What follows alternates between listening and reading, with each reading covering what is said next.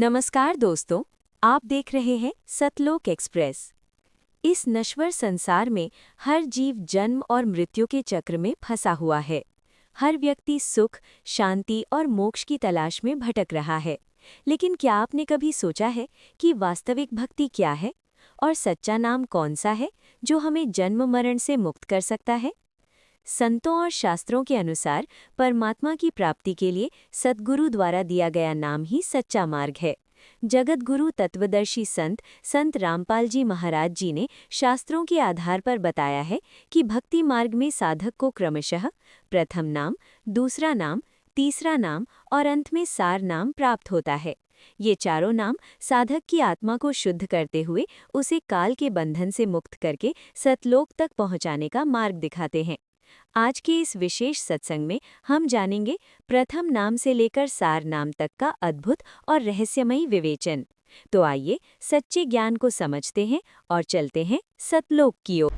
अब ये इसमें बहुत से ऐसे ज्ञान है, क्योंकि ये सत्संग में पहली कक्षा से लेकर के अंतिम पढ़ाई तक का ज्ञान सुनाया जाता है। और जो बच्चे पहली कक्षा के हैं वो पहली वाला ज्ञान सुनेंगे, समझते हैं, और जो उच्च कक्षाएं में हो गए हैं वो उस ज्ञान को भी साथ साथ समझ रहे हैं। अब इसमें क्या बताया है, ये है वो अंतिम, जिनको सारनाम मिल गया है वो समझ जाएंगे इस बात को। कबीर साहब कहते हैं, जो जग होगा जो जन होगा जो हरि लेगा शब्द बिल गाए। जो जन होगा जो हरि वो लेगा शब्द परख। जो आपको सारनाम दिया जाएगा, जो उस समय दिया जाता है जब आप काफी बुद्धिमान हो जाते हो, इस ज्ञान को समझ जाते हो, और तभी वो नाम आपको नाम जचता है, वो सारनाम आपको सारनाम ही महसूस होता है। अन्यथा वो आप उसको उसके ऊपर रुक नहीं सकते, उस नाम को नाम नहीं, वो सारनाम मान नहीं सकते, ऐसा नाम है। कहते हैं जो जन होगा जो हरि लेगा शब्द परख, और कहते हैं यो सार नाम मेरा आदि का और सुन मत जाइयो सरक। ये जो नाम सार नाम आपको दिया जाता है वो मेरा वही वास्तविक नाम है। इसको सुनकर सरक मत जाना, डगमग मत हो जाना। जो जन होगा जो हरि लेगा नाम परख, वो परख लेगा उस नाम को, कहा वह सही है, ये तो गुरुजी ने तो दिया है, सच यही है। और ये कहते हैं यही नाम मेरा आदि का, और सुनकर मत जाइयो सरक, कहते डगमग हो जाओ, यो किसा सारना हो, यो ऐसा हुआ कर सारना, ऐसे मत सोचना। कहते हैं ये मेरा नाम आदि का है।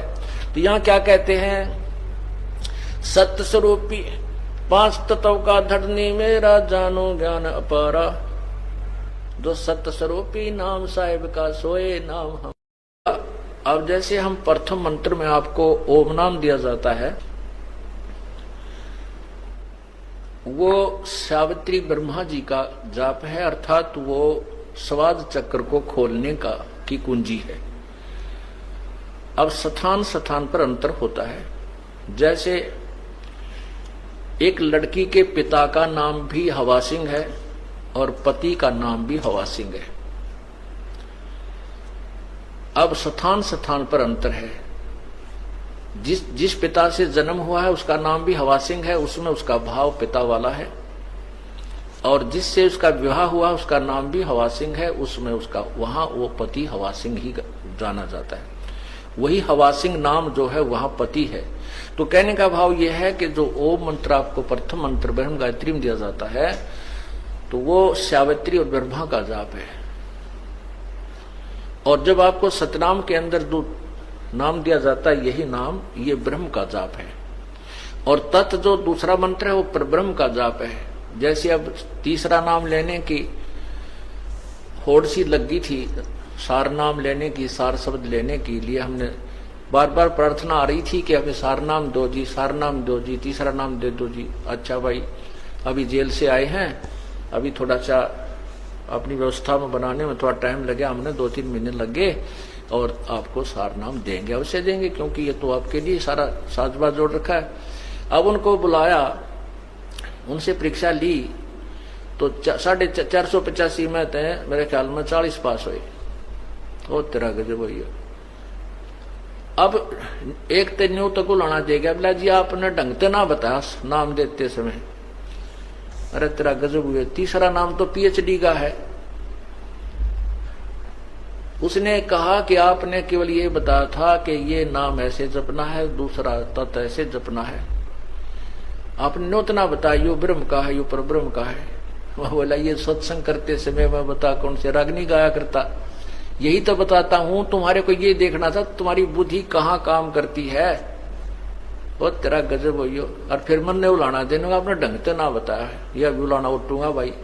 आए सत्संग में बताता हूं, हर बार कहता हूं कि तत् यो ब्रह्म ओम ब्रह्म का जाप है, और तत् जो दूसरा मंत्र ये पर ब्रह्म का जाप है, और तीसरा पूर्ण ब्रह्म का जाप है। और फिर भी उलाना मेरे सिर पे। और तेरा पहली क्लास की बातें करते हो बच्चे, कोई बात नहीं, इसलिए आपको बार बार बुलाया गया है और ये अभ्यास आपका होगा। तीसरा नाम देना तो परमात्मा ही देना है, और उसमें फिर आपके पास समय भी नहीं है। जैसे उस दिन 485 नाम लिखा गए थे, 285 भाग गए, 200 रह गए, 200 में 20-30 वो पास हुए। वो भाग्य उनके पास एक दिन और रुकने का समय नहीं था। रोहतक गए, रोहतक निकल गए उधर के उधर, कदे फिर घर के छो माजा। अरे पुण्यात्माओं, परमात्मा पाने के लिए ये नाम तो ऋषि में ऋषियों को नहीं मिला जिन 88 से 1000 वर्ष तक तप किए, और आपको एक दिन और रुकने में परमात्मा निकटाव थे और वो भी छोड़ के भागे। तुम फिर तीसरे नाम के योग्य भी हो कहाँ गए? अपनी नमज आप टटोल लिया करो एक आदि पर कि हम कितने योग्य हुए हैं। सार नाम अब्राहिम सुल्तान अधम बलक बुखारे का बादशाह था, उसने घर त्याग दिया।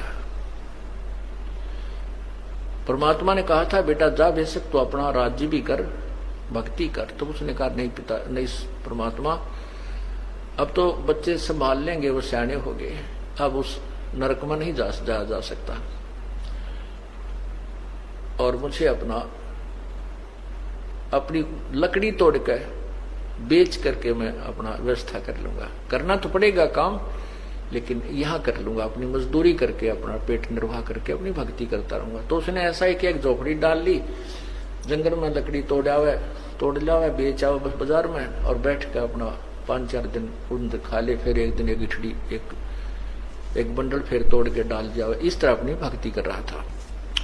प्रथम मंत्र दिया, फिर सतनाम दिया प्रभु ने, फिर सार नाम के लिए, क्योंकि सत्संग में सुनता रहता था, फिर कहा भाई सार नाम भी दिया जाएगा, सार नाम के बिना मोक्ष नहीं हो सकता।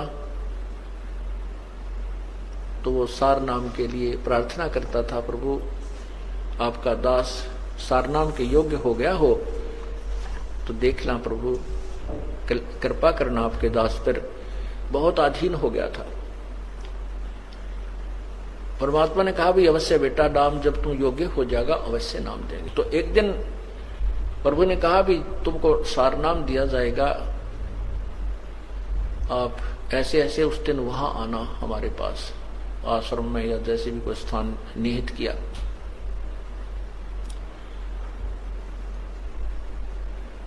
अब उधर से परमात्मा ने अपनी एक शिष्या से कहा बेटी, क्योंकि जहां परमात्मा रहते थे, क्योंकि सतगुरु ना जाने कितनी बार आए हुए हैं, वो केवल कबीर नाम से प्रकट हुए हैं, कति आम्यासामी तो अब मैं भगवान हूं, और वो सारा अन्य उनमें भी आए हैं, और कुछ दिन अतिथि रूप में रहे हैं। उनके विषय में कोई ये नहीं बता पाया कि ये कौन थे, कहाँ के रहने वाले थे।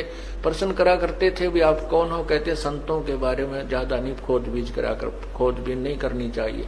इस तरह वो गुप्त रूप में काफी समय तक 10-20 वर्ष 50 वर्ष कहीं रह जाते थे, फिर चले जाते थे, अपने अन्य रूप बनाकर भी आते रहे। तो वो वहां एक आश्रम सा बनाकर प्रभु रहा करते थे, एक झोपड़ी सी डाल के। तो वहां बुलाया उनको के, और उसमें प्रवेश करने से पहले 5-4 मकान आते थे,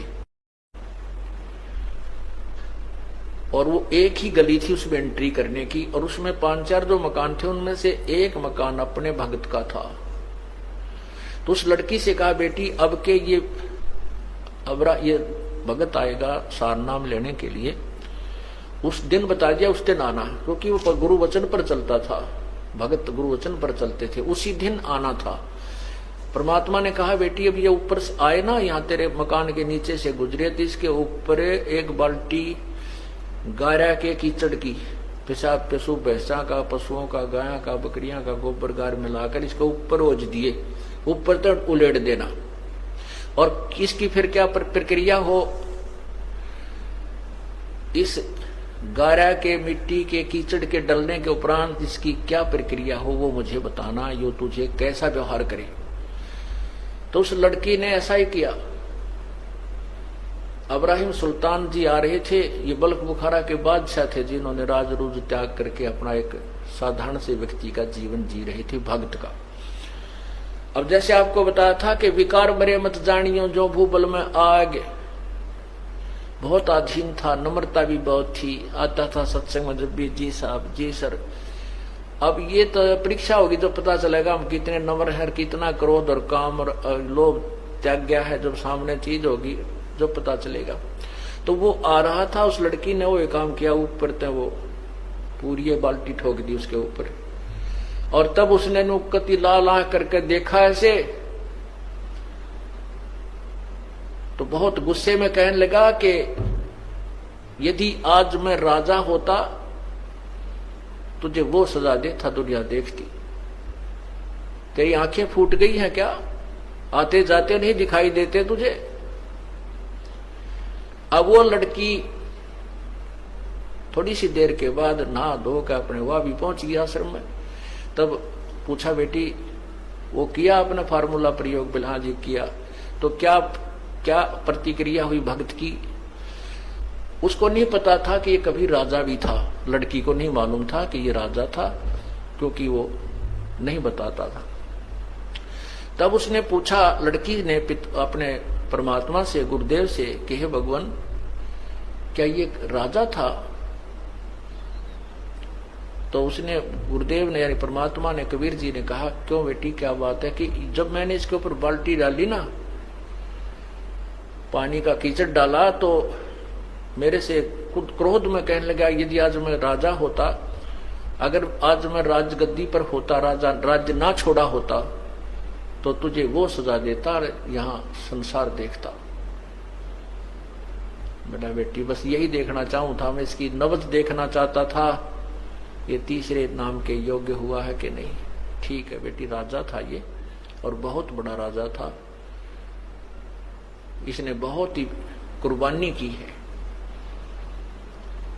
तब वो सत्संग के उपरांत जब भी गुरुजी विराजमान हुए आसन पर और कहा भी आ जाओ जिसने सार नाम लेना है, वो उठकर गया, प्रार्थना की कि आपका दास सार नाम के योग्य हो गया हो तो दया करियो प्रभु।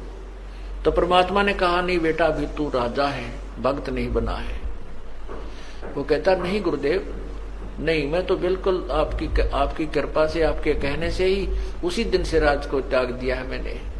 परमात्मा बोले, नहीं मैं जो कह रहा हूं वो सही है, तू राजा है। और फिर कहता, नहीं जी आप, नहीं जी बिल्कुल नहीं। तो कहते हैं, गुरु के सम्मुख वचन नहीं कहे, सो से रहनी गहनी सुख लय। यह भी उसकी कमजोरी थी, ये कहना कि नहीं जी नहीं जी, जो गुरु जी कहे कहा जी जरूर, कोई उसको गहराई से सोचे कहां बोल रहे हैं संत। तो परमात्मा ने कहा, जा बेटा 1 वर्ष के बाद उस दिन आना, बस ज्यादा नहीं। तब वो चला गया। वो सोच गया भाई बात कोई गड़बड़ जरूर हुई है, गुरुजी ने मुझे ऐसा कैसे कहा। फिर अपने अंदर टटोला, झांक गया, अपने अंदर झांका, वो मेरे से ऐसी कौन सी गलती हुई, मैंने ऐसा कौन सा काम कर दिया, ऐसी क्या बात हुई। खूब सोचा साची करता करता, कभी ना कभी तो दिमाग में आती है वो गलती की, सामने तो आवेगी घूम फिर के। तो उसके मन में आया, हो ना हो उस दिन उस बहन ने कीचड़ डाला था, कहीं मैंने उसको कुछ कह दिया। फिर उसने सोचा गुरुजी को क्या पता, फिर वो काल घुमा दे। कहने का भाव यह है, 1 वर्ष में उसको इतनी तड़फ लगी सार नाम प्राप्ति की, और ज्यादा तड़फा, रोया ये भगवान मैं पापी आत्मा हूं, जिस परमात्मा के पाने के लिए मैंने घर भी छोड़ा, सब कुछ त्याग दिया और वही नहीं मिला मुझे नीच को, तो ये जीवन व्यर्थ हुआ। तो बहुत विनम्र हो गया, अंतःकरण के अंदर बहुत ज्यादा विनम्रता, रोने से परमात्मा की ज्यादा भक्ति की। 1 वर्ष के बाद वो फिर उस दिन निर्धारित दिन को आया, तो परमात्मा ने कहा बेटी आज फिर वही फार्मूला करना इसके ऊपर और इसकी प्रतिक्रिया बताना मुझे। दूसरी बार जब वो आया, बल्ख बुखारे का बादशाह उसी स्थान से गुजर रहा था, उस लड़की ने ऊपर से उसी प्रकार वह कीचड़ डाल दिया। तब वो कहता है कि, तो वो लड़की कहती है भाई साहब मैंने दिखे को नहीं, आप दिखाई नहीं दी, माफ करना, कौन हो आप और मेरे से गलती होगी, माफ करना। कहने लगा बहन ये कोई बात नहीं, ये तो मिट्टी के ऊपर मिट्टी ही डाली है, ये 5 तत्वों का शरीर भी मिट्टी है, ये भी कुबाड़ा है, आपने इसके ऊपर कुबाड़ डाल दिया, कोई बात नहीं, नहीं ना धो लूंगा, क्या बिगड़ गया इन कपड़ों का। इतनी विनम्रता उसके अंदर आई। तब वो परमात्मा के चरणों में पहुंचा, फिर तो उल्टा चला गया, कि नदी नहर में जाकर नहाया धोया, कपड़े धोए, सुखा सुकू का फिर आया। आना था उस दिन, तो चरणों में बैठ गया। तब लड़की से पूछा परमात्मा ने, बेटी आज क्या गतिविधि थी उस भगत की। आज उसने जी ऐसे ऐसे कहा कि कोई, मैंने तो कहा भाई साहब गलती होगी, मैंने दिखाई नहीं दी, माफ करना। वो कहने लगा नहीं कोई बात ना बहन, माटी पर माटी ये तो डाली है, इससे क्या फर्क पड़ गया, मिट्टी पर मिट्टी ही डाली है, अब धो के नहा धो के आ जाऊंगा, क्या फर्क पड़ गया। तब परमात्मा से उसने फिर अर्ज की कि प्रभु आपका दास सार नाम के योग्य हो गया हो तो क्षमा करना, दान करना दाता। तब वो कहते हैं कि हाँ बेटा आज तू नाम के योग्य हो गया, आज सार नाम तुझे दूंगा। तो पुण्यात्माओं सत्संग इसीलिए आपको बुलाया जाता है। आपने महीने में लगभग गणना नहीं तो 1 सत्संग 2 सत्संग अवश्य अटेंड करने चाहिए, क्योंकि 6 सत्संग हम करते हैं, 1-2 अटेंड अवश्य करना चाहिए। और सारे पीरियड अटेंड कर लो तो जल्दी बात बन जाएगी, ज्ञान समझ में आए बिना ये मोक्ष नहीं हो सकता। तो उस परमात्मा को कैसे पाया जाएगा उसके विषय में बताया कि ओम तत् सत इति निर्देश ब्रह्मण त्रिविध समर्थ।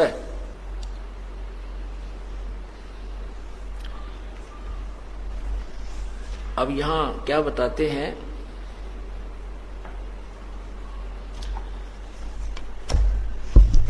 इस माटी के महल में मगन भया क्यों मूडे, कर साहिब की बंदगी उस साईं को ढूंढे। फिर क्या बताते हैं, कच्चा हीरा कर्च होवे नहीं सह घन मार, ऐसा ये मन हो रहा लेखा लेकर तारे। यानी तीसरा नाम देने के लिए हीरे की परख की जाती है।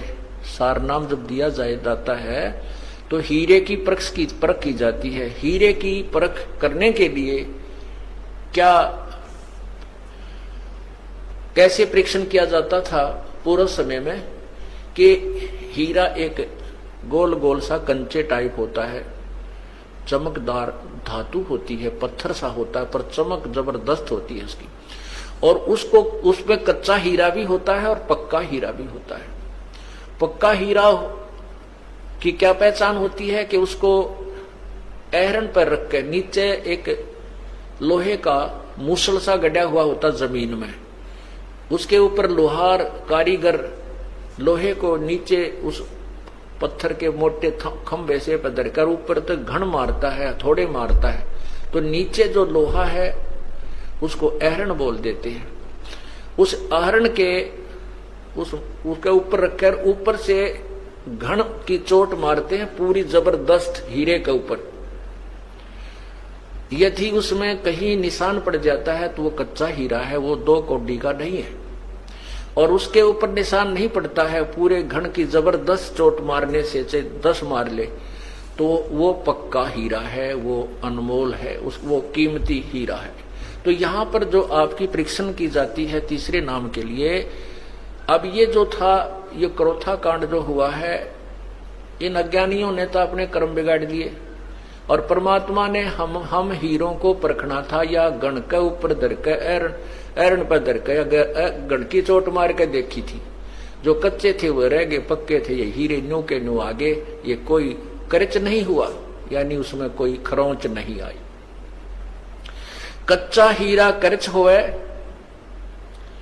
और नहीं सह घन भार घन मार, ऐसा यो मन हो रहा लेखा ले करता रहे। परमात्मा जब आपका ये परीक्षण करेगा, ऐसा मन होगा, तब आपको ये सार नाम दिया जाएगा। अब आप जो भक्तात्मा इस कांड के बाद भी डगमग नहीं हुए, आप हीरे तो हो गए हो, इसमें कोई शक नहीं, आप हीरे हो, पर कच्चे पक्के रहे। फिर परीक्षा ली जाएगी आपको सार नाम देते समय। आपको चाहे कितना ही समय आपको बार बार बुलाया जाए, आपके मन में ये नहीं आना चाहिए कि मेरे तो 10 चक्कर कटा दिए, तो फिर भी आप कच्चे हीरे हो, पक्के नहीं हो। क्योंकि डॉक्टर के पास जिस किसी का फोड़ा हो गया और डॉक्टर कहता भाई इसका चीरा देना पड़ेगा, इसमें उस फोड़े में बहुत ज्यादा पीड़ा भी हो रही है, तो मरीज कहता जी आज दे दे चीरा, मैं तो घना तंग पा रहा हूं, बहुत दुख हो रहा, पीड़ा सहन नहीं होती। डॉक्टर कहता बेटा कल आना, दवाई दे देता है।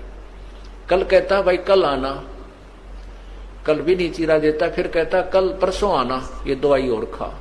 क्योंकि जब तक वो पक्का नहीं हो लेगा तब तक उसके चीरा देने से कोई यूज नहीं है। पक्का होने के बाद ही वो चीरा देकर मवाद निकाला जाएगा, तभी वो घाव भरेगा। उसका समाधान ट्रीटमेंट ऐसे ही होता है। तो ऐसे ही आपके कहने से, आपकी जल्दी करने से डॉक्टर अपनी प्रक्रिया चेंज नहीं कर सकता, करवाओ चाहे मत करवाओ। इसी प्रकार आपको कच्चे घाव में, कच्चे फोड़े में चीरा नहीं दिया जाएगा, आपको नाम दिया जाएगा। लेकिन आप जब ये दास उचित समझेगा तभी आपको नाम मिलेगा।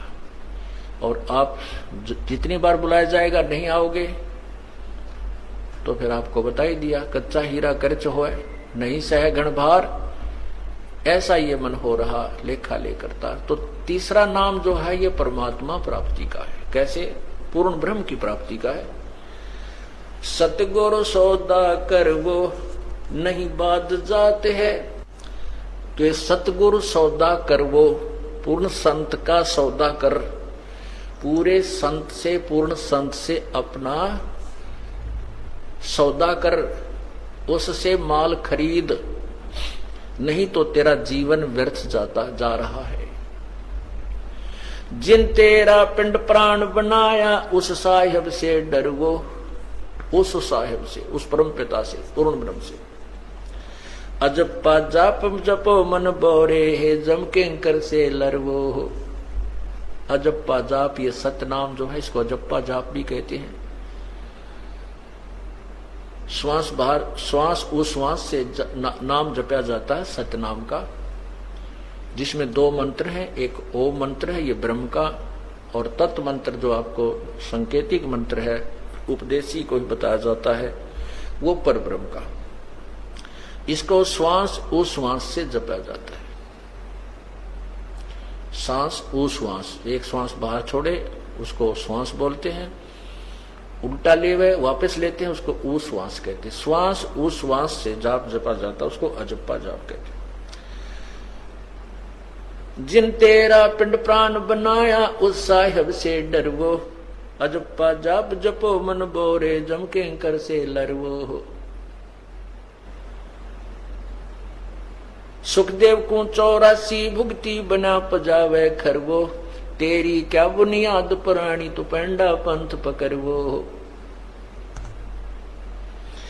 नर से नार किया नारद मुनि अवगत बाजी गर्वो, शिव की संख कल्पना मेटी भस्मा गिर लिया छरवो। अंत चीर चिंतामणि के ने द्रौपदी पीतांबर वो, दुशासन का मान मुआ है उद्बुद्ध देख लहर वो। अजामेल गणका के लारे गई अयोध्या तेरवो, वाल्मीकि का शंख बजाया जहां द्वादश कोटि विपर वो हो। के सो नाम कबीर खुद आए, नौलख बॉडी भर वो। काशी धाम कबीर कल्पना गई, विपद सब टर वो हो।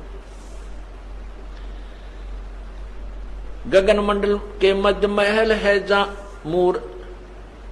मूरत अजर अमर वो। दास गरीब कबीर हरि ही, मिले परम पद हर वो हो।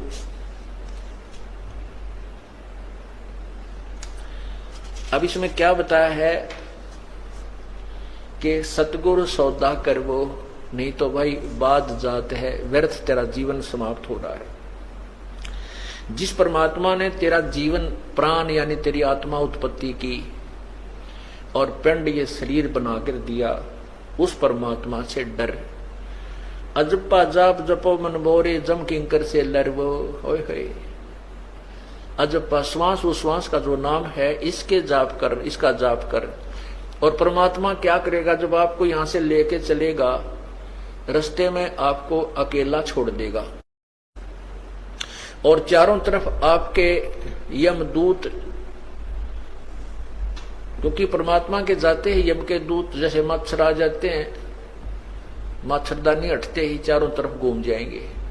उस समय डरना नहीं, घबरा मत जाना। परमात्मा आपके आसपास है, दृश्य आपको दिखाई नहीं दे रहा, आपके पास है, होगा, लेकिन वो आपकी ट्रेनिंग देखेगा। उस समय आपको ये देखेगा कि इसने ज्ञान कितना सुन रखा है, यो नाम कैसे, अब कैसे बचाव करेगा इनसे, कैसे।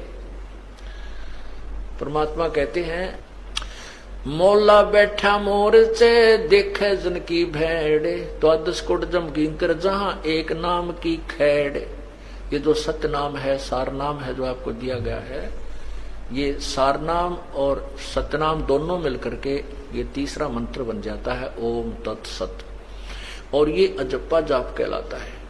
जब आपके ऊपर कोई आपत्ति ऐसी आती है तो आपने सतनाम का श्वास उस श्वास से जाप कर देना शुरू कर देना चाहिए। जैसे आप कई बार सोपन में दब जाते, ऐसा लगता है, चाहे सोपन, क्योंकि सोपन तो उसमें ही लगता है कि हम सोपन में हैं, उस समय तो हमें यथार्थ ही महसूस होता है।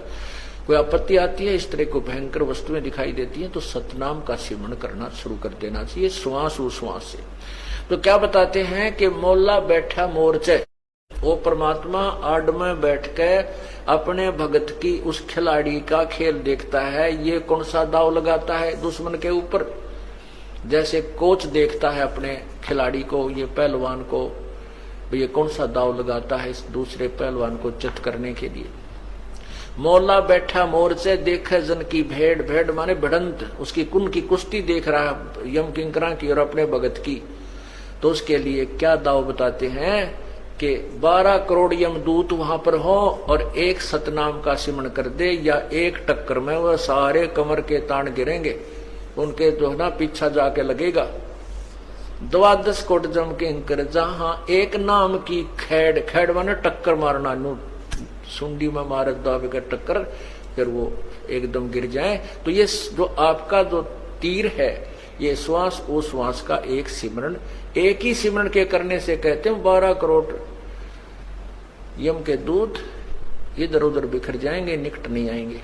फिर परमात्मा आपको सीने से लगाकर ले चलेगा, हालांकि आपत्ति नहीं आने देगा बिल्कुल भी। फिर वो देखा तो है ना, ये भी कौन सा फार्मूला अपना हुआ है, अकूड़ा माँ ने याद कर आयो माँ मर गया है, बाबू मर गया, हाय मन बचाइयो, तो वहां कोई बचाने वाला नहीं होता। वहां ये नाम और भगवान बंदी छोड़ गढ़ा, नहीं था फिर है बंदी छोड़, है बंदी छोड़ करने लग जियो, कहते उड़ा माता पिता को याद करने लग जाओ, कति फेल हो जाओगे। ये नियम है ईश्वर का। गुरु मानुष कर जानते ते नर कहिए अंधे, वह दुखी संसार में आगे यम के फंदे। जैसे गुरु या भगवान भगवान हम कर रहे हैं और परमात्मा आपके पास आ जाए और आपसे बात करे, आपसे कहे बेटा शराब नहीं पीना है, आपने बीड़ी नहीं पीनी है, चोरी नहीं करनी है, किसी की आत्मा नहीं दुखानी है, तो आप क्या करोगे? आप उनकी बात को मानोगे क्योंकि भगवान कह रहा है। तो यही दास कह रहा है, समझो कबीर परमात्मा कह रहा है, यही सोचकर आपने ये बुराई और आज्ञा का पालन करें सरेगा। तो तब हम परमात्मा पाएंगे, नहीं तो नहीं मिल सकता। हम भगवान को चाह रहे हैं, परमात्मा के दरबार में जाएंगे, वहां इस दास के रूप में आपको परमात्मा मिलेगा। और जैसा आपका व्यवहार विचार, जैसा बोलना, जैसे आपके मन में श्रद्धा या कपट जो भी है, ये विद्यमान रहेगा। और यदि आपने यहीं से वो रिहर्सल कर ली कि कबीर ये परमात्मा है, बस परमात्मा के समक्ष कैसे बोलते हैं, कैसा व्यवहार करते हैं, निष्कपट बात करते हैं, संत के सामने झूठ बोलने की कतई आवश्यकता नहीं होती, वो आपका पाप ही होता है। हम कोई ऐसी आपके ऊपर कोई पाबंदी या ऐसा कोई वस्तु नहीं थोपते जिससे आपको झूठ बोलनी पड़े, और नहीं हम कभी ऐसा कुछ कहते भी दान करो या इतने पैसे दे दो जिससे आपको झूठ बोलनी पड़े या आनाकानी करनी पड़े। नहीं, केवल जो आपका आत्म कल्याण हो सकता है उतनी ही बातें आपको कहेंगे, उतना, वो भी नहीं करोगे तो फिर आप अधिकारी नहीं हो। हम क्या कहेंगे कि कोई बुराई नहीं करना, बीड़ी शराब मांस तम्बाकू नहीं पीना, कोई मर्यादा भंग नहीं करना, क्योंकि ये खेल का मैदान है और इसमें जरा से भी फाउल हो जाओगे आप बाहर बैठ जाओगे, एक जीवन आपका चला जाएगा। तो हमने फाउल नहीं होना। फाउल पॉइंट अब धीरे धीरे आपके समझ में आ जाएंगे, कुछ कथाओं के माध्यम से और कुछ इस फार्म के ऊपर जो लिखे होते हैं इसमें भी हमने कुछ लिखे हैं, कुछ आप वैसे कॉमन सेंस से भी समझ जाओगे कि ऐसे ऐसे होता है। एक भक्त नाम लेने, उसको कहा भाई मैं तेरा नाम टूट गया, और 1-1.5 वर्ष से नाम ले रखा, ने बोला न्यों के ऊपर टूट गया, अरे तेरा गजब भैया, गुरु जी कह रहे भी तेरा नाम खंड हो गया, और आगे से ये बोल रहा है न्यों के ऊपर टूट गया, अरे तेरा न्यों कह दी हाँ जी कोई गलती बन गई होगी और आगे नहीं करेंगे। ये तो कुछ बात बोलना भी नहीं सीखा अभी तक तो हमने, और अब बाट देखें सार नाम प्राप्ति की, सार नाम मिलेगा ये मेरी मर्जी से होगा। और सतनाम तक का फिक्स टाइम हमने रखा हुआ है, प्रथम मंत्र उसके 4 महीने के बाद, और ज्यादा से ज्यादा 6 महीने के अंदर आपने वो ले लेना चाहिए, उससे लेट नहीं होना चाहिए। फिर आप में लगन नहीं है, जो कई तो भक्त ऐसे हैं जी 2 दिन पहले आ खड़े होते हैं जी, 2 दिन रह रहे हैं, दे दो कर दो दया, हम कहते हैं नहीं भाई पूरा टाइम ऑन दे, अच्छा जी। और कई 6-6 महीने 7-7 महीने वहां नाम दूसरा याद देना रहा लेना, अरे तेरा गजब हुई, फिर तू भक्ति कर रहा है ड्रामा कर रहा है, एक अनमोल वस्तु के पीछे रह रहा है, कोई आपकी प्रमोशन होनी होंगी या दिन गिन भाग जा, कई दिन रह रहे हैं, तो ये आप तो आपको लगन नहीं है। तो ऐसे कुछ आपके अंदर श्रद्धा हम देखते हैं, तब सतनाम आपको 4 महीने के अंदर अंदर ले लेना चाहिए, और फिर सार नाम ये दास देगा जब आप योग्य हो जाओगे। सार नाम के लिए आपने बहुत विनम्र, आपके अंदर भक्ति की कमाई भी बढ़नी चाहिए, कति मन में सतगुरु और परमात्मा एक हो जाने चाहिए, और विनम्रता आ जाएगी तब ये सार नाम काम करेगा। जैसे डॉक्टर के पास मरीज जाता है, उसका फोड़ा हो गया, डॉक्टर कहता है चीरा लगाना पड़ेगा, लेकिन अभी चीरे के योग्य नहीं हुआ है, 2 दिन की दवाई दे जा। वो 2 दिन के बाद आता है, फिर भी देखता है कि अभी भी ऑपरेशन योग्य नहीं है, फिर कहता है 3 दिन की दवाई फिर ले जा। और डॉक्टर मरीज कहता जी ला दो चीरा, बहुत दर्द हो रहा है, अच्छा बेटा 3 दिन पाछा आ जाइए। फिर 3 दिन के बाद आता भी 1 हफ्ते माना। अब डॉक्टर इतना पागल नहीं है कि उस मरीज के कहने तो चीरा ला देगा, वो अपने हिसाब से देखेगा कि अब ये बिल्कुल योग्य हो गया है तो तुरंत लगा देगा और उसको मवाद काट के सीम देगा। तो ऐसे ही जब आप योग्य हो जाओगे, आप प्रार्थना करते रहिए, लेकिन दास जब चाहेगा तभी ये चीरा लगेगा, अर्थात सार नाम आपको मिलेगा। बोलो सतगुरुदेव की। अब ये इसमें बहुत से ऐसे ज्ञान है, क्योंकि ये सत्संग में पहली कक्षा से लेकर के अंतिम पढ़ाई तक का ज्ञान सुनाया जाता है, और जो बच्चे पहली कक्षा के हैं वो पहली वाला ज्ञान सुनेंगे, समझते हैं, और जो उच्च कक्षाएं में हो गए हैं वो उस ज्ञान को भी साथ साथ समझ रहे हैं। अब इसमें क्या बताया है, ये है वो अंतिम, जिनको सारनाम मिल गया है वो समझ जाएंगे इस बात को। कबीर साहब कहते हैं जो जग होगा, जो जन होगा जो हरि लेगा शब्द बिल गाए, जो जन होगा जो हरि वो लेगा शब्द परख।